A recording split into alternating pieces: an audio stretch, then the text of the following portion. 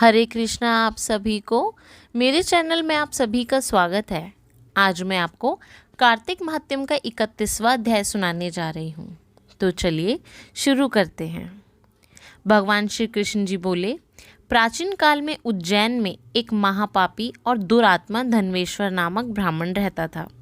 वह रस, चमड़ा और कंबल आदि का व्यापार करता था। वह वैश्यागामी और मद्यपान आदि बुरे कर्म करता था। चूंकि वह रात दिन पाप में रत रहता था, इसलिए वह व्यापार में नगर नगर घूमता रहता था। एक दिन महिष्मतीपुरी, जो राजा महिष ने बसाई थी, इसलिए वह राजा के नाम से ही विख्यात थी। नगरी के पास ही पाप नाशिनी पुण्यकारिणी भगवती नर्मदा बहती थी।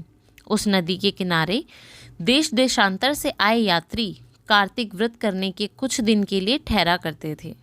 उन कार्तिक व्रत करने वाले प्राणियों को वहां ठहरा देखकर वह दुष्ट धनेश्वर भी इधर उधर घूमता हुआ एक मास के लिए वहां ठहर गया।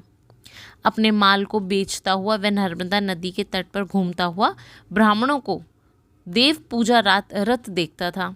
वह देखता कि कोई तो ग्रंथ पढ़ रहा है, कोई सुन रहा है, कोई भगवत कीर्तन कर रहा है, कोई भजन सुन रहा है, कोई ध्यान में लीन है और कोई तुलसी की माला धारण की है। बस इसी तरह वह भगवत भक्तों के बीच में रहा और वैष्णवों का दर्शन करता रहा, उनको स्पर्श करता रहा, उनसे वार्तालाप करता रहा और भगवान विष्णु के नाम का स्मरण के पुण्य को अर्जित करता रहा। वह कार्तिक के व्रत की उद्यापन विधि तथा जागरण को भी देखता रहा। उसने पूर्णिमा के व्रत को भी देखा कि व्रती ब्राह्मणों तथा गौओं को भोजन करा रहे हैं और उनको दक्षिणा आदि भी दे रहे हैं। उसने नित्य प्रति भगवान शंकर की प्रसन्नता के लिए होती दीपमाला भी देखी।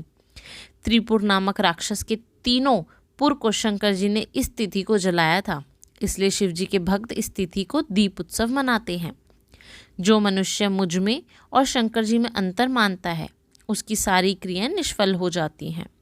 धनेश्वर वहाँ की पूजा विधि देखता हुआ इधर उधर घूम रहा था कि उसे काले सर्प ने काट लिया और वह भूमि पर गिर पड़ा। उसकी यह दशा देखकर वहाँ के दयालु भक्तों ने उसे चारों ओर घेर लिया और उसके मुंह पर तुलसी दल मिश्रित जल की छींटे देने लगे। जब उसके प्राण निकले तो यम के दूत उसे बांधकर कोड़ों से मारते हुए यमपुरी को ले गए।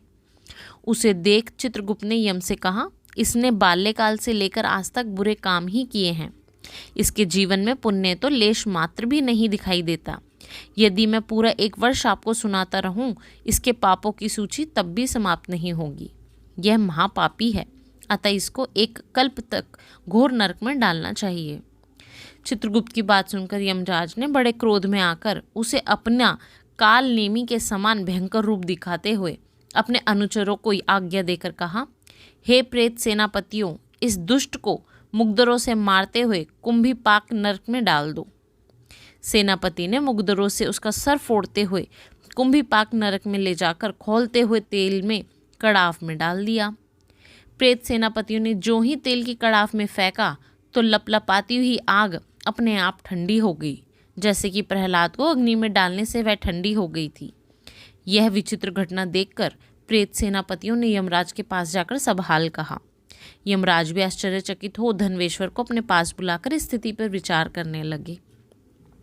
उसकी समय नारायण नारायण का कीर्तन करते हुए देव ऋषि नारद जी भी वहां आ पहुंचे और यमराज से कहने लगे, हे यमराज, यह ब्राह्मण नरक में डाले जाने के योग्य नहीं है, क्योंकि इसने अंत समय में कुछ शुभ कर्म किए हैं जो कि नरक यातना को नष्ट करने वाले हैं।